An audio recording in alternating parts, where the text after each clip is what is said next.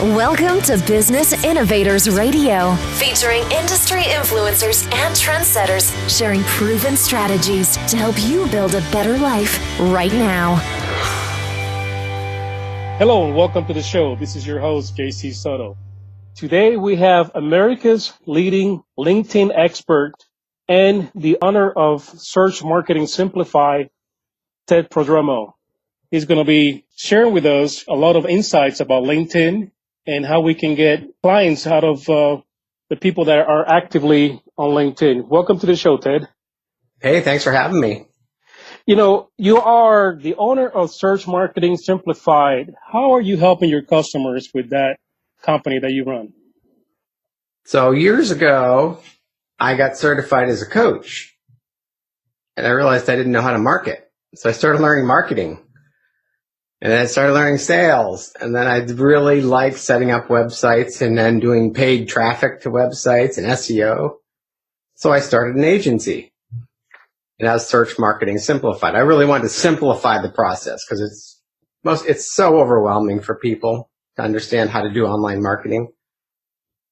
So I'm all about simplifying it. So that's really where the name came from. And I was reading that you help your clients also find active LinkedIn users that they can contact to turn into a lead and hopefully into a prospect. Is that right? Right. Yeah. How do you do that? How do you help your clients? And what is that so important that people concentrate on the active users on LinkedIn? So now be honest, I'm going to ask you a question here. When you signed up for LinkedIn and you filled out your profile, how often did you come back to LinkedIn after you filled out your profile? Well, myself, I aim to be there at least once a day. I answer the emails, I send messages myself. I working on the post at least once a week. So I have some success with LinkedIn. I have some good clients that came out of that. But when you first created your account, were you active on LinkedIn right away? Well, I wanted to learn as much as possible. So I was there, back then I was there, believe it or not, every day. I was reading a lot. I bought a lot of courses. So yeah, myself, I like to learn. So that was my own experience. Okay. Cause I got on 2005 is when I signed up, and it was just fill out your resume and go away. And if a recruiter contacted you, you'd log back in and see who the recruiter was that's trying to find you a job. Only 23% of LinkedIn users logged in more than once a month last year, and now that's up to 40%. So 40% of the 600 million members log in more than once a month now, which is good news. That's a big increase. Yeah, and Microsoft's doing more and more every day, so they're expecting that number to be up to 50 to 60%. Wow. So what are the misconceptions that still linger today about LinkedIn? I mean, it's been around now for 15, 17 years probably. I mean, that was, from my reading, like I said, back then, LinkedIn was even around before Facebook. Is that right? It was about the same time. Actually, Facebook was only for college students for the first few years. So LinkedIn, it was like everybody signed up, and back in those days, you could send a message to all of your email contacts and invite them to join LinkedIn. And that's how I joined. Somebody invited me. What are the misconceptions that people still have about LinkedIn today? So they think it's only for finding a job. You post your resume essentially, and recruiters would find you and find you a job. So they still have the stigma that is mostly a job search engine. 2/3 of LinkedIn's revenue is from recruiting and job postings. Oh, okay. I see. So they're correct to think that that's the majority of the searches are for jobs. Yeah. All right. So when people are looking for leads, because I know there are a lot of people that try to sell you right away. I just had an experience with someone that I just connected to, and they sent me a 5-paragraph sales message. And I kind of reply back and said, you're doing this wrong. When people are working on connecting with other people on LinkedIn and turn them into a lead and hopefully into a client, what are the things that they should be doing and looking at first before, getting into the sales mode? Well, I've kind of discovered there's two kinds of people on LinkedIn. Actually, three. There's the group of people that doesn't log in very often because they're not interested in LinkedIn for some reason. But that's that 60%. Then there's hunters, and then there's farmers. I'm a farmer. I'm planting seeds, trying to build relationships with people over time, and then I get long-term customers from that. The hunters are those people that they're like cold callers. They could make 1,000 phone calls a day, and they're just going to pound the phone line until somebody buys for them. And that's what people are trying to do on LinkedIn. That's the person you just sent you that message. Okay. So I'm kind of resonating lately. It's like the robocalls are starting up again. It's, during the healthcare time, yes. you start getting about 50 calls a day, it seems like. They start to get more aggressive nowadays. Right. Right, yeah. So do you like receiving robocalls? Oh, boy, no. Yeah, how do you feel when you pick up the phone and somebody starts to sell you something right away? They don't know who you are. They're trying to pitch you something. Exactly. Yeah, they don't even care about whether you need the product or not. They just want to sell. And that's what these people are doing on LinkedIn. They're just blindly sending templated message to everybody. Figure out, I'll send 1,000 messages. I might get one sale. And it's free, so I'll just keep doing it. Keep doing it. That's right. Now, when you have clients that are doing it the right way and you explain to them that, this is the right way to do it. You got to establish the relationship first.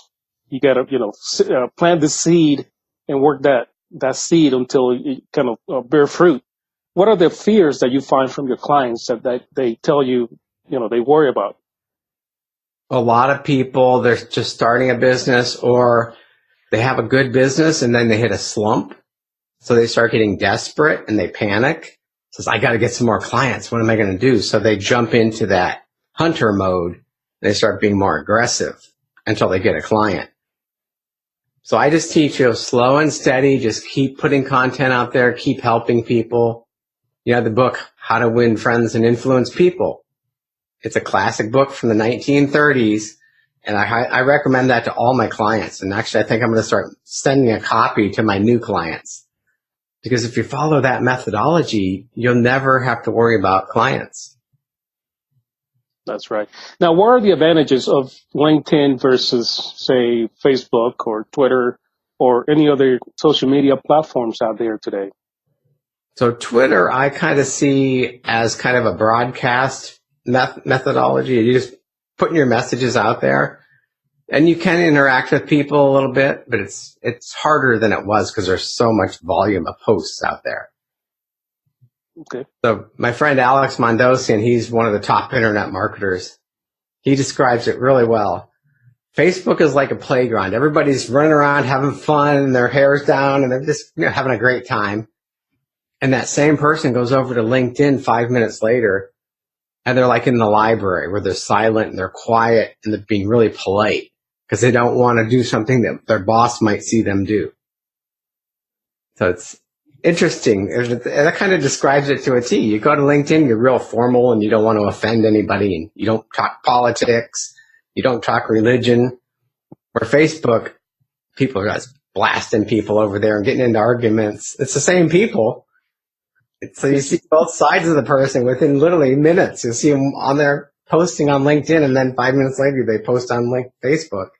So it's different behavior from Facebook to LinkedIn. Do you find out that on LinkedIn people really expect you to be that polite and they forget that, people have sense of humor, they have experiences in life, they have, setbacks? I mean, is that the case in your opinion, your experience?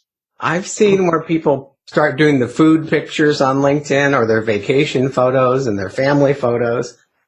And people immediately jump in the comments, multiple people within minutes. This is not appropriate for LinkedIn. This is a business networking site. Put that stuff on Facebook or Instagram. It's really amazing how fast people respond to those kind of posts. So you think is that because they want to keep LinkedIn more of a professional, clean, more of a, like you said, maybe more proper type of platform? Or is that because they are more protective on LinkedIn? What do you think that is bringing that on? It seems like people are just in that business mindset when they're on LinkedIn. They're looking to read articles about business. They're looking to, chat with people about business and going to groups. Not too many people use groups like they used to, but they're in the business mindset and they want to have business conversations. I see. Where Facebook, it's, hey, this is fun. You can have business conversations on Facebook, but they're more lighthearted and It doesn't seem like they're as serious. That's right. And when you have clients that come to you for LinkedIn help, what are the main things that you find out that they need help with? What are the maybe the three or the top three issues that they have? Maybe the profile, maybe the description. Maybe they don't see the fact that LinkedIn is really a search engine. So what are the things that you find that they are common from your clients? Well, we can have that debate. I had a debate with somebody about LinkedIn being a search engine recently. I connected with him. He invited me to connect, and I saw he does search engine optimization. And he did Amazon SEO. And my book was about to come out. I said, I want to learn about your Amazon SEO. And we're just chatting back and forth. Then he looked at my profile. I said, I did search engine optimization for 12 years, and I don't do it as much anymore. And he just blew up at me. It was crazy. Wow.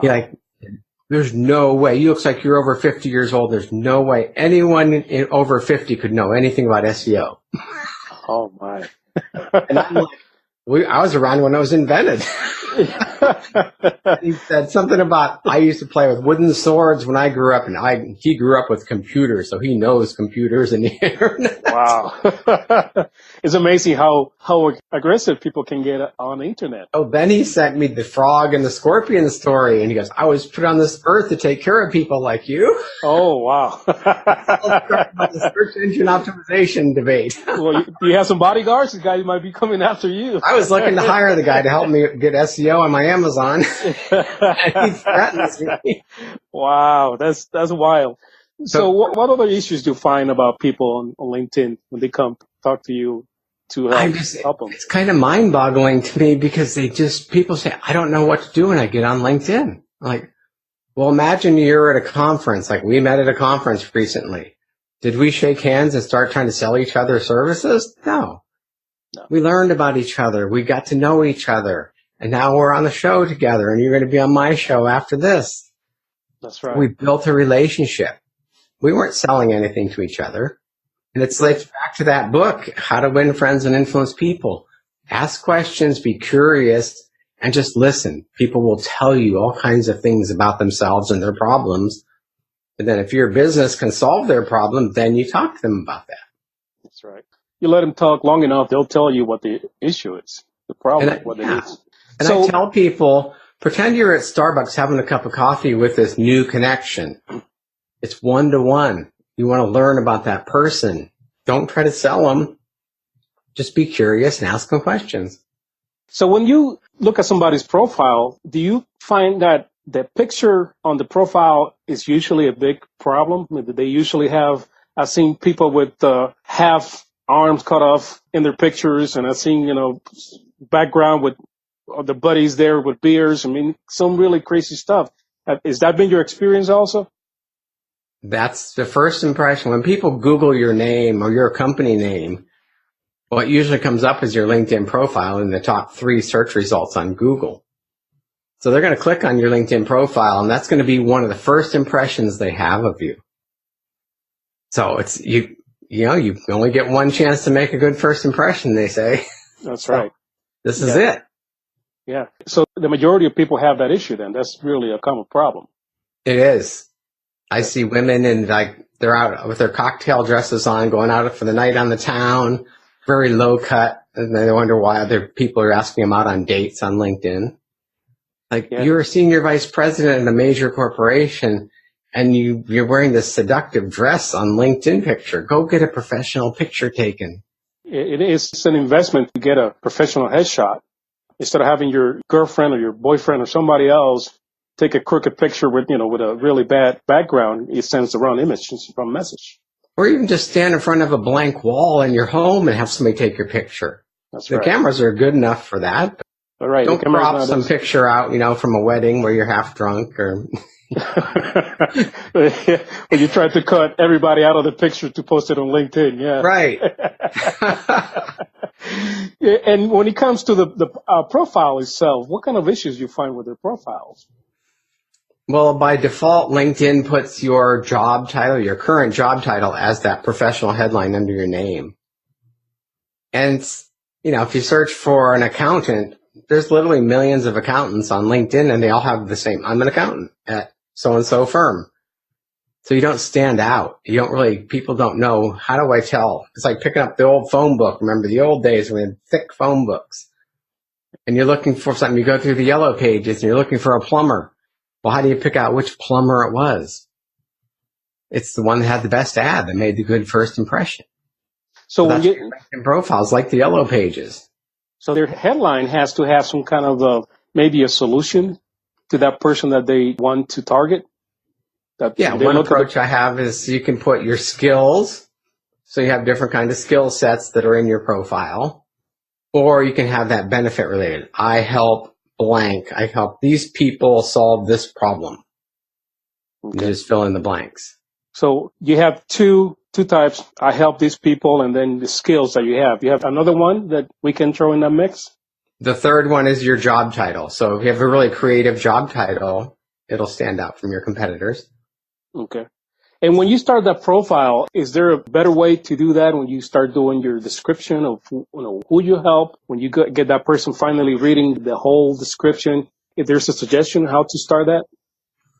Yeah, because I'm reading that book at my presentation you saw me at in Denver. I'm reading this book, Presence. So in 2 seconds, your subconscious mind decides if they can trust you and if you're competent. So if you have the blurry picture or your headline's boring, your subconscious mind is basically saying, I'm not interested in this person, or I don't trust this person. So you got to have that picture that makes you look confident that you can do the job. And if you have those pictures where you're kind of like, I think I might be able to help you, or I'm unsure, that reflects in the subconscious mind.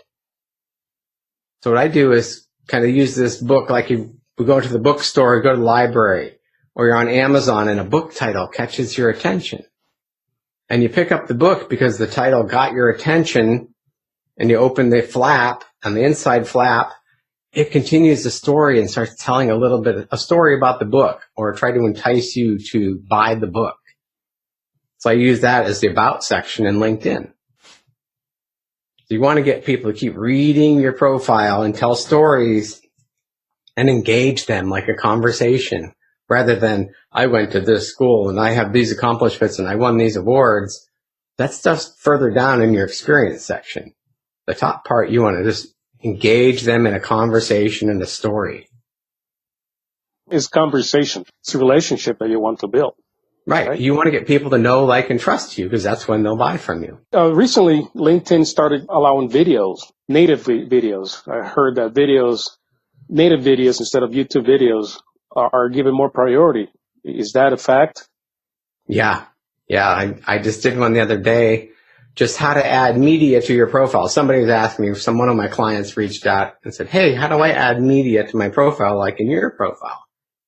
So I just did a short little 2-minute video and said, click here, and then you upload it, and then people will be able to see it. And I posted that the other day, and it got over 100 views in the first couple hours, and it got like 8 or 9 comments. So people are still not aware that video is available then. That is, it's kind of, in a way, from my angle, but it's not that complicated. Just record a video on your phone and upload it to YouTube. To LinkedIn. It's just like Facebook wants to keep you on Facebook, so they reward you for uploading directly. And now LinkedIn rewards you for keeping the video on LinkedIn. You can still post the YouTube links and drive people over to YouTube, but LinkedIn wants to keep people on their platform. The first video I did, actually, I just created one for a cheat sheet, like what to do on LinkedIn every day. Got 103,000 views. Oh, wow. Almost 3,000 comments. Yeah, is that the 15 things, I think it is, or things to do in 15 minutes every day? LinkedIn? There's 10 things you can do in 15 minutes a day. Yeah, I have that one. Yeah, that was really good. Yeah. What about articles? Are they still effective on LinkedIn? I've been testing that recently because they used to be very effective, and now it kind of was dying out a little bit.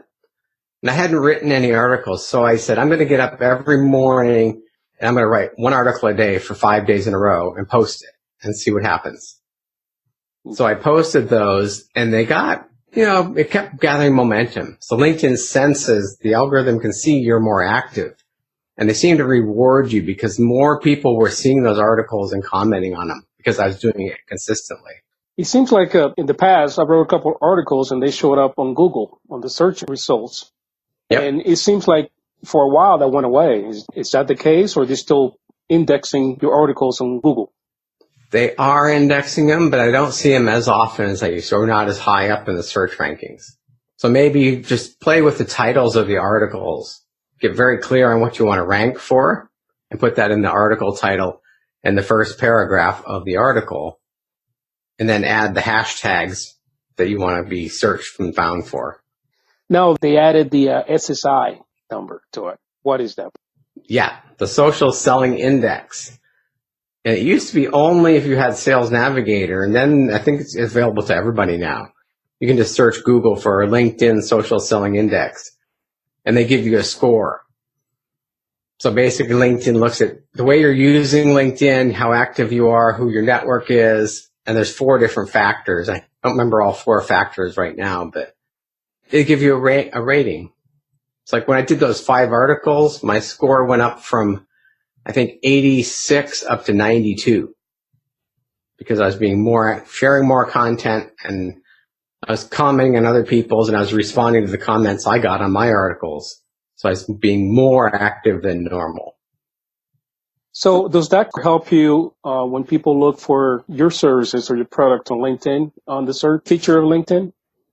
I don't think it helps you with the searches. It's just basically, you play the game. Here's 4 factors LinkedIn wants you to do to use this site more effectively. So if you do all 4 of those well, they're going to show your profile to more people, or the right people. I don't think it actually helps you rank above others in there. It may. They don't really tell you that, but the algorithm senses that you're doing the right things that LinkedIn wants you to do. What other things should people be looking at or doing on LinkedIn to, get more visibility and get people to contact them besides writing the article, posting videos, and answering or replying to some of the posts? Any other suggestions? Well, we've been having a debate recently in my group. Should we have a big network or a more smaller focused network? And there's no right answer.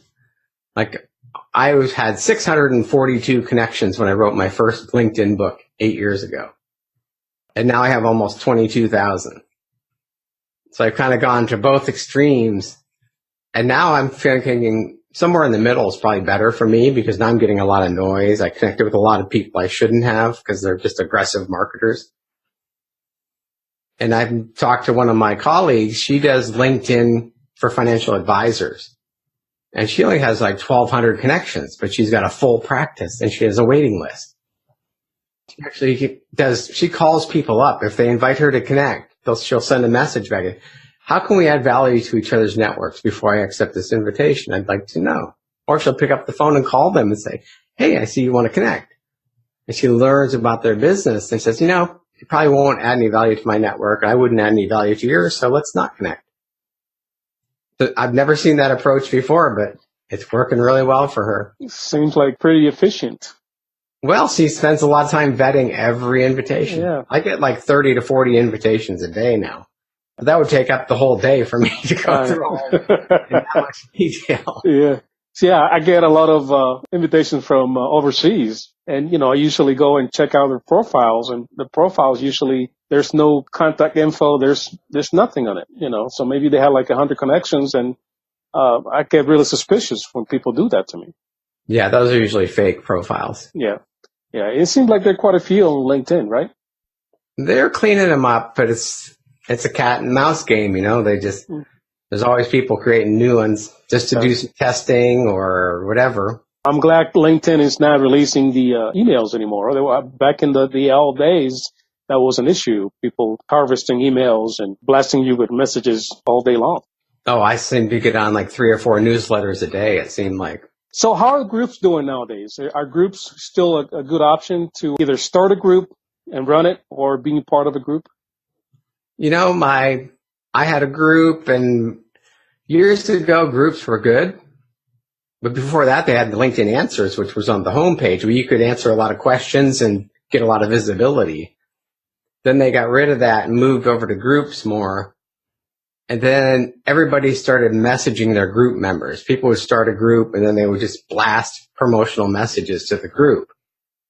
So LinkedIn had to crack down on that. So if you own a group with literally there's some groups with over 1 million people, you cannot send a message to your entire group anymore. Wow. So we have a local, you have the LinkedIn local groups where they have in-person meetings. So we've had one here in Marin for years, and they have like probably 10,000 members. And they were like sending messages, hey, Tuesday night, we're having a cocktail party. Come into the restaurant and see ya. Now they had to set up a whole nother outside of LinkedIn group to communicate with people. They turned into spam farms, and the aggressive marketers taught people, they actually built software tools that let you blast one article. If you're doing 100 groups, you could send it to all 100 groups at the same time. So then you look at those comments, there's no comments or likes. People are just blasting content in there and not interacting. So you're a LinkedIn coach. If somebody's looking for a LinkedIn coach, what would be your advice when picking one? Really, if they use the same approach you do to life and in marketing. Like, I'm the hunter. I'm not the hunter. I'm the opposite of the hunter. I'm the farmer. If you're an aggressive marketer and you like to do cold calling, if you like that style of high volume, low response, then hire a coach that teaches it. Most of the LinkedIn coaches I know, probably 3 out of 4 are the aggressive marketers, the hunters. They teach you, invite people to connect, 50 people a day to connect, send this invitation message that's basically the beginning of a sales pitch. Then when you connect, like you got 3 or 4 paragraphs of sales pitch, and then follow up a week later with another sales pitch, and then send them an article. That's the aggressive approach. My approach is just slow and steady, soft sell. I don't want to force people to buy from me. If you can't afford my services, I tell you, I'm not going to work with you. Other people will take your money. So whatever your style, whatever you're comfortable with. So if you're going to hire a coach, make sure you're hiring someone that's really actually following his own advice, walking the walk and talking the talk at the same time. Right. Have you ever been on a timeshare presentation? Yes. Yeah. So, they're doing everything they possibly can to sell you a timeshare or a car. If you're going to the car, they tag team you. They have all the angles. And that's a lot of these LinkedIn coaches. That's how they fill their business with those aggressive things. They force people to buy from them that can't afford the money. They go into debt. And that's just not the way I do business. At the beginning, you were talking about how you became a coach. I would like to ask you, what else was the spark for you to become LinkedIn coach specifically? Because I know you're LinkedIn, you wrote a book on Twitter also, and you have a few other books out there. What was the spark that got you started? So years ago, for 20 years, I was in the high-tech world. I was in fixing computers when most offices didn't even have computers. It's like before fax machines. So I fixed computers for years, and then computer networking was being invented in the 80s. I learned computer networking. I got into Cellular One as a network manager. I loved my career for 20 years. And after the dot-com crash, that whole thing just blew up. I could not get another job in the tech industry. Like 6-figure salaries went down to like $12 an hour if you could find a job. It was just horrible. So I love mentoring. I had a lot of employees working for me. I love mentoring them, so I got certified as a coach. And then I went out there, okay, I'm a certified coach now. I'm going to get clients. I didn't know how to market and sell. So I learned that. And it just kind of evolved. And I was doing social media before it was even called social media. It was called Web 2.0 at the time, the new internet after the first internet crash. And then I was writing ebooks, and then I got a mentor. I went to Perry Marshall's house. He was teaching Google AdWords. The Google AdWords was brand new. I was learning that. And he had this thing, come to my house. We can mentor you. You get a whole day with me. So I went to his house, literally, and he was mentoring me. He goes, hey, you got to write a book about Twitter. And this was back when Twitter was just starting. How am I going to write 300 pages about Twitter? And a couple of years later, I wrote an ebook about it. A couple of years later, I get a phone call from this guy. Hey, I'm Perry Marshall's agent. Would you like to write a book about Twitter and LinkedIn for Entrepreneur Press? And that's how I got my book deals, which helped me focus on LinkedIn as a coach. Long-winded answer, but it was a long road. And it just kind of fell onto my lap because I invested in myself, hired an expensive mentor. It was like $6,000 to go to his house for a 2-day workshop. And it was just 4 of us in the workshop. But that $6,000 investment turned into my whole career for the last 15 years. I remember those days of AdSense, when AdSense first came out, AdWords came out, and those were the days where the kind of exciting to be into that new world and be one of the few to train with somebody that was an expert. So we were willing to pay whatever it took to get to that level. Right. And most of them really didn't know what they were doing. Yes. Barry just happened to be, he's the best of the best, and I'm so glad I established that relationship. So tell me a lesson that you learned early on in life, either in business or your everyday life, that still helps you today. Well, my parents owned a restaurant. My grandfather actually started it in 1925 when he came over from Greece. My father was working with him until my grandfather retired. But from the time I was 10 years old, I had to go to work with my dad. Like we'd go in the mornings in the summer. He'd wake me up at 6 a.m. and they cooked all the food from scratch. They made bread and rolls. They made their own salad dressing. They made chocolate syrup. Everything was from scratch.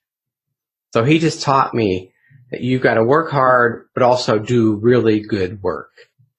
Quality and really great service is what makes a restaurant work. So everything I've done, when I fixed computers for years, I won customer service awards because I took the extra time. After I did a service call, the next day I would call back the person and say, hey, is your computer still working okay? And no technician ever took the time to do that.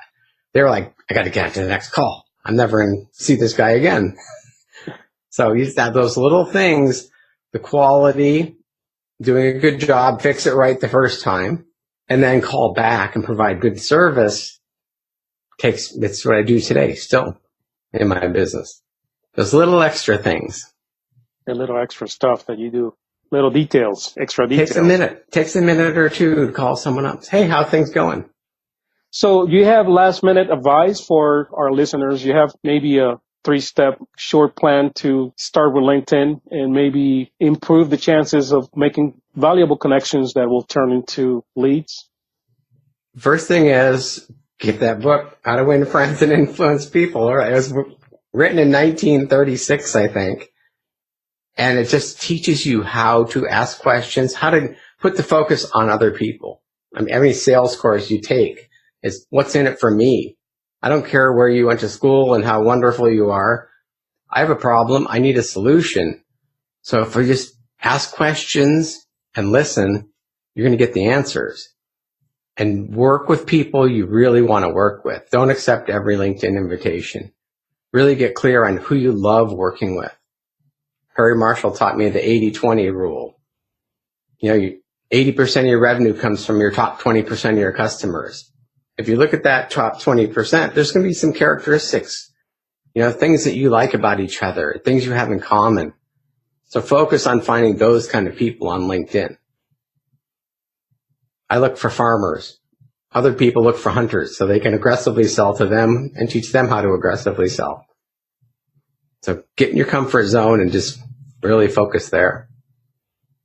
Thank you. That's good advice. Now, let's talk about your book. You just released LinkedIn 3rd edition for business. Tell us a little more about that book, please. Yeah, it's Ultimate Guide to LinkedIn for Business. So I've written 3 editions in 8 years for Entrepreneur Press. That's Entrepreneur Magazine's publishing arm. So their audience they're mostly people that have been in the corporate world and they're starting out a new business on their own. They're becoming entrepreneurs. So this book is like the A to Z, how to set up your LinkedIn profile. It goes right from the beginning.